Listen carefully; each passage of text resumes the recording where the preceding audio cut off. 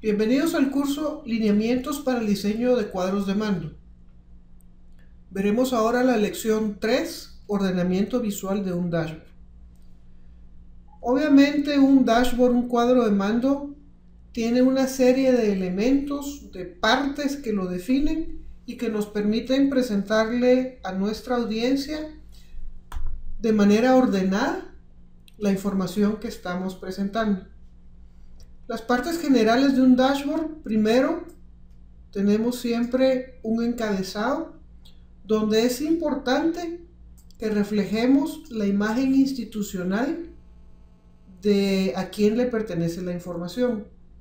En el caso de un ministerio, por ejemplo, podría ser el logo del ministerio y los colores o la imagen institucional que se estén utilizando. En esta área podemos ser muy creativos. Aquí no aplican los conceptos de relación de tinta y dato. Aquí podemos libremente utilizar una imagen que sea atractiva, que refleje los valores o los principios o las prioridades de la institución, sin mayor limitación más allá de lo que es estéticamente atractivo. Luego del área de encabezado, si nuestra función en el dashboard lo permite, podemos tener una sección de filtros. Y estos pueden ubicarse de distinta manera, pero lo importante es que sean fácilmente visibles y que estén todos los filtros agrupados en un único lugar. Debemos evitar tener un filtro en una posición, otro por abajo, otro por en medio, sino más bien agruparlos todos en un misma área.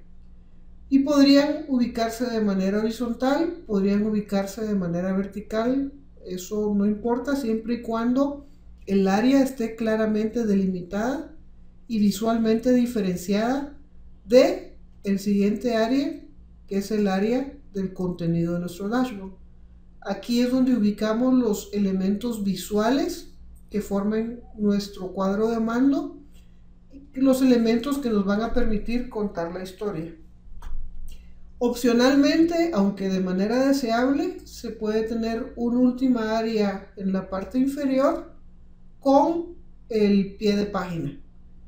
Generalmente en esta área podemos identificar la fuente de los datos, el año de la última actualización y elementos que son de referencia del resto del cuadro de mando.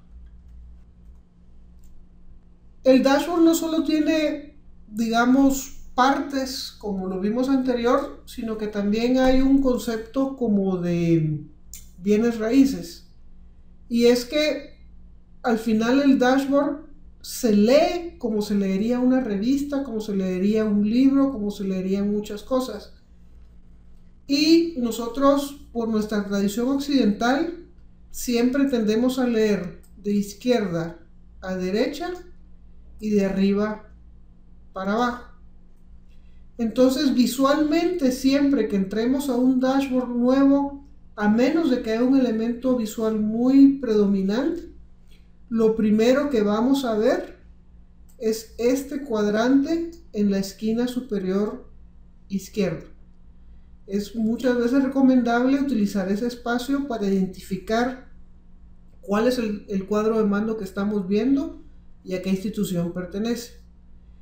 Y luego de esta primera importancia, hay áreas de segundo nivel de importancia, llamémoslo así, que son las que son adyacentes a ese primer nivel, y la parte central, donde también nuestra vista generalmente tiende a movilizarse cuando entra a una nueva pantalla. Hay algunas que son consideradas como neutrales, que no tienen tanta importancia como estas, pero sí tienen algún nivel de relevancia. Y conforme nos vamos descendiendo hacia abajo, hacia la esquina, pierde importancia y el tiempo y atención que nuestro usuario le va a dedicar a lo que haya en ese lugar. Entonces, si nuestro cuadro de mando quiere sobre todo hacer relevante un dato en particular, es importante ubicarlo en estas áreas primeras y no en las últimas. Algo que se suele ubicar en esta ubicación es, por ejemplo, el botón de salida o de regreso, que no se presenta antes porque queremos que el usuario termine de navegar entre nuestro dashboard antes de considerar salirse del mismo. Y como hablamos de izquierda a derecha, de arriba para abajo, es la manera natural en que por nuestra cultura occidental nosotros leemos un libro, un cuaderno, una revista o un cuadro de mando incluso. Pero nosotros podemos, a través de elementos visuales, reordenar el orden en que queremos que el usuario lea la historia que le estamos contando. Para ello existen una serie de opciones. Una primera opción es la de poder agrupar visualmente elementos. En este ejemplo de cuadro de mando tenemos 3 áreas debidamente delimitadas por los recuadros que la delimitan cada una de ellas.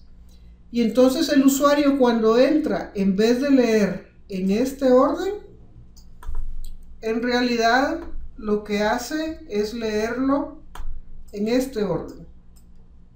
Primero lee este gasto público desde el principio hasta el final. Cuando ha terminado de leer estos 2 indicadores, lee estos segundos elementos y finalmente lee la tercera área, que hace referencia a la ejecución presupuestaria. El elemento, por ejemplo, de esta línea que colocamos aquí en medio dentro de una sección nos sirve sencillamente para diferenciar o separar visualmente los elementos del indicador arriba de los elementos del indicador abajo. Eso para que mentalmente el usuario, cuando lo vea, sepa que aquí se habla de algo distinto a lo que se muestra acá. Otra de las maneras de poder modificar un cuadro de mando es garantizando cierto flujo. En este caso en particular, se cumple lo que mencionábamos anteriormente, de que la lectura va a ser de izquierda a derecha, de arriba a abajo. Y entonces, por una programación natural, el usuario va a leer primero esta área, el indicador de escolarización, segundo el de promoción, tercero el de fracaso y 4 el de conservación finalización. Y obviamente, cuando se trabajó el diseño, el orden de estos indicadores fue escogido en función del ciclo propio de la información. Es decir, primero analizamos un tema de cobertura, conseguimos a los niños, luego vemos qué resultados tuvieron, si fueron promovidos o fracasaron, y luego si terminaron el ciclo escolar. Es importante que ese orden en la posición de los indicadores refleje el flujo de lectura. Y quisiera resaltar también cómo en este cuadro de mando se han reflejado claramente las secciones que hablamos con anterioridad. Un encabezado claramente definido, un área de filtros que está visualmente separada, el cuerpo del dashboard y finalmente el pie de página. En la esquina inferior derecha, aquella visualmente más débil, es donde colocamos el botón de volver, para que llegue a él solo después de haber leído toda la información del cuadro de mando. Y también hay otra manera para reordenar, y es armando ciertas relaciones. En este caso, de los indicadores de contexto, se armó una relación entre los indicadores globales e indicadores más específicos.